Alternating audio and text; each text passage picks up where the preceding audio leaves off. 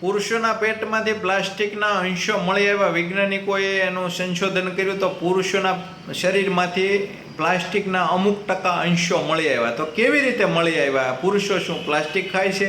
તો એના શરીરમાંથી જ કેમ મળી આવે? એના વિશે આજ તમને હું જણાવી દઉં અને વાત પણ કરી દઉં.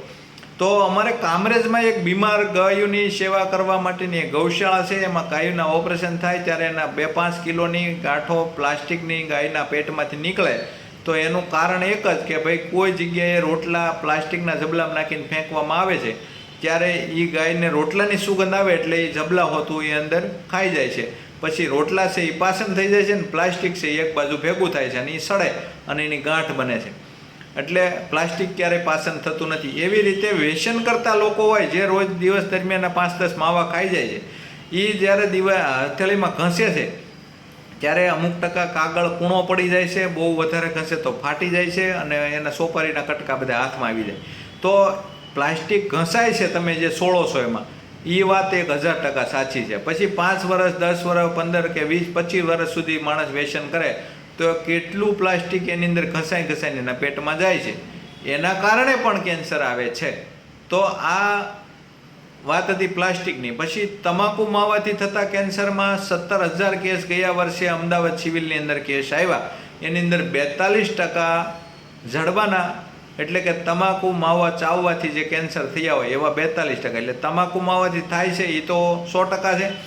પછી આ પ્લાસ્ટિકના કારણે થાય છે. પછી એવા ગ્લાસ આવે છે, હોય ગ્લાસ કાગળના જ, પણ એની અંદર ગરમ વસ્તુ નાખવામાં આવે, અથવા તો પેપર કપ ચા પીવો છો એની અંદર પણ તમે ગરમ વસ્તુ નાખો એટલે એની અંદર માઇક્રો પ્લાસ્ટિકનું કવર હોય છે, એ ઓગળે છે ને એ તમારા પેટની અંદર દાખલ થાય છે. એના કારણે પણ પ્લાસ્ટિક તમારા શરીરની અંદર જાય છે, લેડીઝ હોય કે જેન્ટ્સ હોય. પછી ઘણા બધાનો એવો પ્રશ્ન હોય છે કે ભાઈ લેડીઝો ક્યાં વ્યસન કરે છે તો એને પણ કેન્સર થાય છે.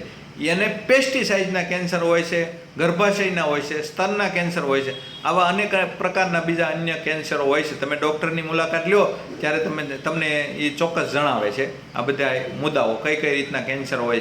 પણ લેડીઝને જડબાનું કેન્સર નથી થતું. કેમ કે એ તમાકુ માવા સિગરેટનું એને વ્યસન ન હોય તો એને એ બાબતનું કેન્સર ન થાય. બાકી અન્ય કેન્સરો બીજા ઘણા બધા હોય છે. બ્લડ કેન્સરથી માંડીને કેટલી પ્રકારના કેન્સરો આવે એનો ભોગ બને, પણ એ વધારે પેસ્ટિસાઇડના કારણે હોય છે. કારણ કે શાકભાજીમાં પેસ્ટિસાઇડ આવે ત્યારે પહેલી કુકરની સીટી વાગે ત્યારે કોઈ મહિલા ત્યાં ઊભી હોય છે રસોડાના પ્લેટફોર્મ પર, એટલે એને સીધી વરાળ એના શ્વાસની અંદર જાય છે. એના કારણે પણ કેન્સર થવાના ચાન્સીસ વધી જાય. તો પ્લાસ્ટિક પેટમાં જાય છે તો એ નુકસાની શું કરે છે?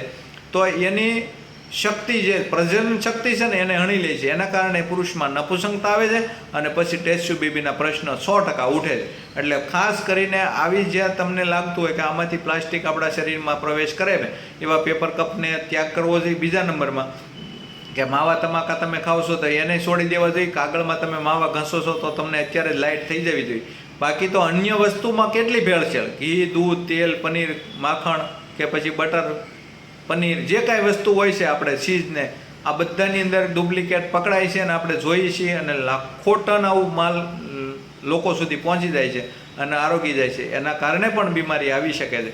એટલે ખાસ આ તમે જે નીચે જોઈ રહ્યા છો એ પેપરનું કટિંગ છે અને સમાચારમાં આવેલું છે કે અમુક માઇક્રો ભાગ પ્લાસ્ટિક પુરુષોના શરીરમાંથી એના અંશો મળી આવ્યા. તો હજી ચેતવણી રૂપ આ કિસ્સો છે, ચેતી જવું જરૂરી છે. ડિજિટલ પ્લેટફોર્મ પર આ વિડીયોને દરેક જગ્યાએ અપલોડ કરી દેજો, તમારા ગ્રુપમાં શેર કરી દેજો. આ માહિતી દરેક વ્યસન કરતા લોકો સુધી પહોંચાડજો. આપ સૌનો ખૂબ ખૂબ આભાર. ધન્યવાદ.